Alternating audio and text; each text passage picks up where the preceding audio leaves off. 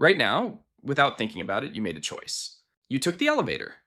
You used the drive-through. You asked someone to bring the thing instead of getting up yourself. It took less than a second, you didn't even notice. But that split-second decision, that tiny effortless choice to not move, is the end result of the longest chain reaction in human history.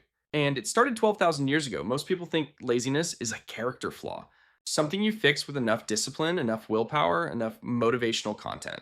Self help has built $1 billion industry on the idea that if you just tried harder, you wouldn't be this way.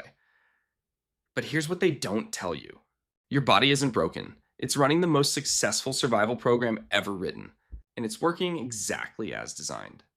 Researchers at Harvard call it the physical activity paradox. Your brain, when given the choice between moving and not moving, will choose not moving almost every time.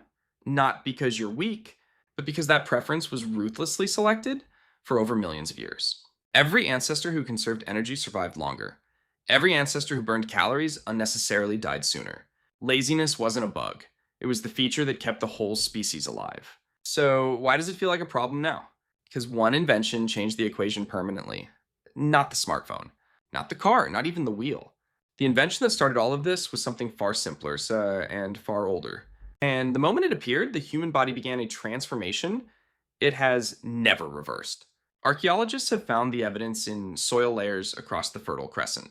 Biologists have read it in fossilized bone density. And the conclusion they all arrive at is the same. Starting roughly 12,000 years ago, the human body began to physically change, getting lighter, weaker, and less active, and it has continued in that direction every single generation since.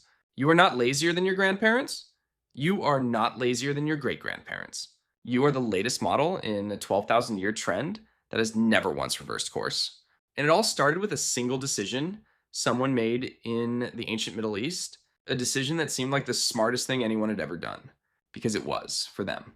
The problem is, your body never got the update that the danger was gone.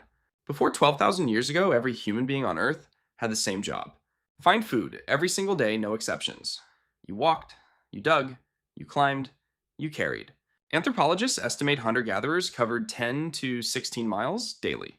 They hauled loads up to 60 pounds. They spent most waking hours in sustained physical effort, not because they loved it, because if they stopped, they died.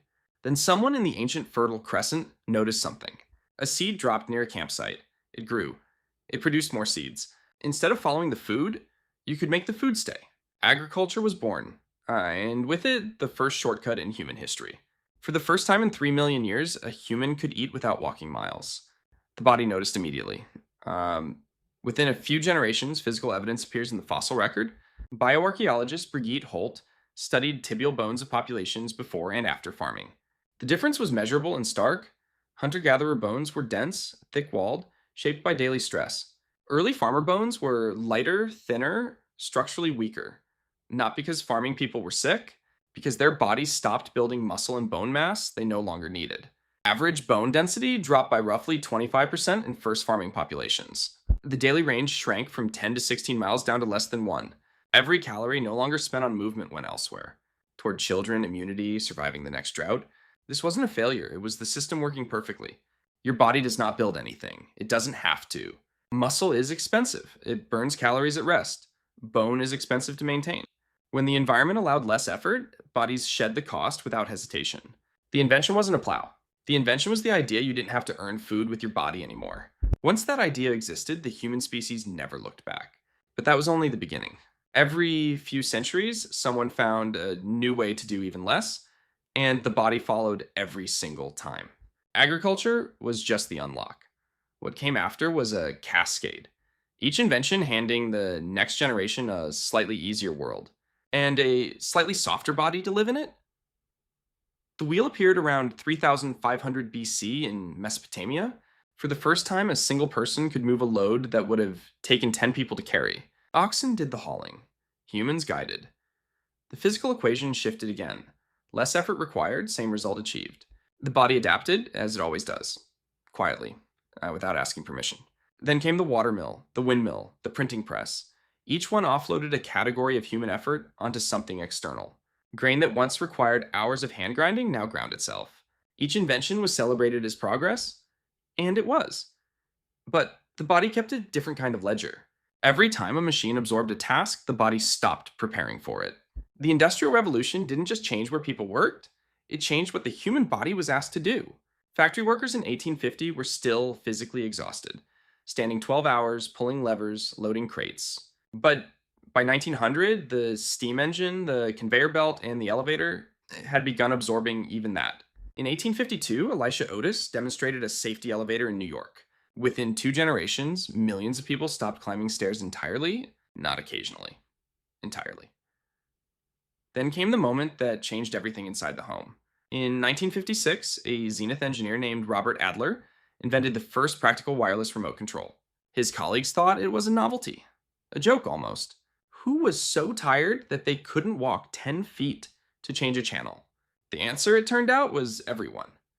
Within a decade, the remote control was standard in American homes. And researchers tracking physical movement in the evening hours found that Americans were getting up from their seats measurably, documentably less. It sounds trivial. It wasn't. Because the remote control wasn't just a device. It was a signal, a cultural permission slip that said, sitting still is now the default. You no longer need a reason to stay seated. You need a reason to get up. Harvard evolutionary biologist Daniel Lieberman calls this the paradox of the exercising couch potato. The same brain that drives some people to run marathons will, in the very next hour, choose the escalator over the stairs without a second thought. It's not contradiction. It's the ancient program doing exactly what it was built to do. Spend nothing you don't have to. Every invention in this chain was a gift. Lighter loads, longer lives, more time for everything else. But the body accepted each gift the same way it accepted agriculture 12,000 years ago. It let go of what it no longer needed to carry. And by the mid-20th century, the final invention was almost ready. The one that would finish what agriculture started. In 2007, Apple released the iPhone. You already know this. What you probably don't know is what happened to the human body in the decade that followed. Researchers at the National Institutes of Health tracked physical activity levels across the American population between 2007 and 2016. What they found was not a gradual decline. It was a drop. Measurable, consistent, and unlike anything seen in the previous 50 years of data. The average American was now spending roughly 6.5 hours per day sitting. Teenagers were closer to 8, and the culprit wasn't laziness, poor character, or lack of willpower.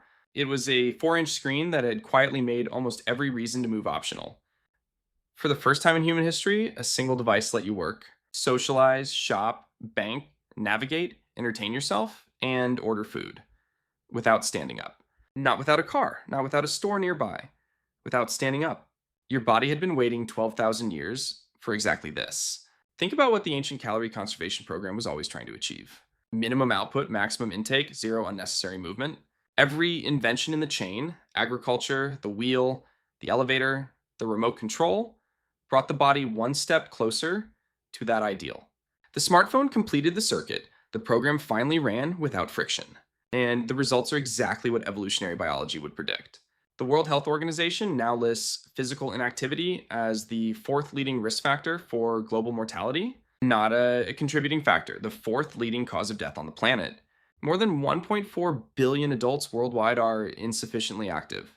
Rates of metabolic disease, type 2 diabetes, and cardiovascular illness track almost perfectly with the adoption curves of sedentary technology. But here's the part that should stop you cold. Your body is not malfunctioning. It is succeeding. Every craving to sit, every preference for the elevator, every instinct to have the thing delivered instead of going to get it. That is your ancient hardware running a flawless optimization. The environment changed. The program didn't. This is what makes the invention so powerful and so hard to fight. You are not choosing laziness. You are choosing survival. The same way every ancestor who ever lived chose it. The body cannot tell the difference between a world where conserving energy means staying alive and a world where it means dying slowly. So the next time you skip the stairs, don't call it weakness. Call it what it is, 3 million years of programming running perfectly and in a world it was never built for. The invention that made humans lazy never stopped. Because it was never just an invention. It was us, finally getting exactly what we always wanted.